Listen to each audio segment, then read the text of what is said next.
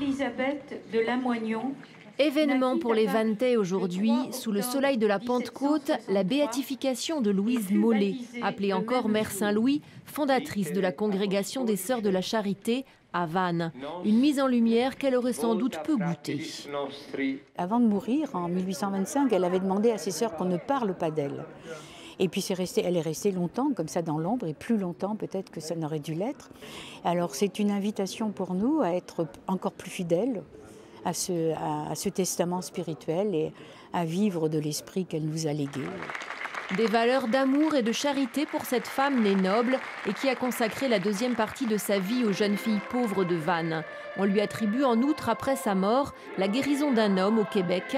Un miracle donc. Mais de temps en temps, il arrive des choses dont on se demande comment elles ont pu arriver.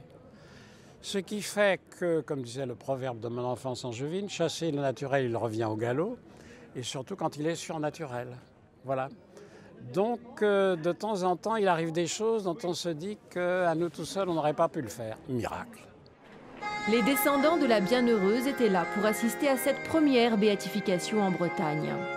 C'est impressionnant d'avoir une grand-mère que l'Église déclare au ciel. C'est pour nous quelque chose de très important, la vie religieuse, le désir d'aller au ciel. C'est notre quotidien.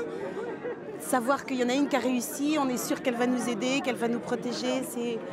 On avait envie de vivre ça avec les enfants, de leur montrer que quelque chose qu'on vit à la maison, il y a des gens qui ont réussi. C'est très concret, mais alors du coup c'est très émouvant pour nous, vraiment. Les béatifications, premier pas vers la canonisation, se multiplient aujourd'hui. Benoît XVI a instauré qu'elles soient décentralisées et non plus à Rome.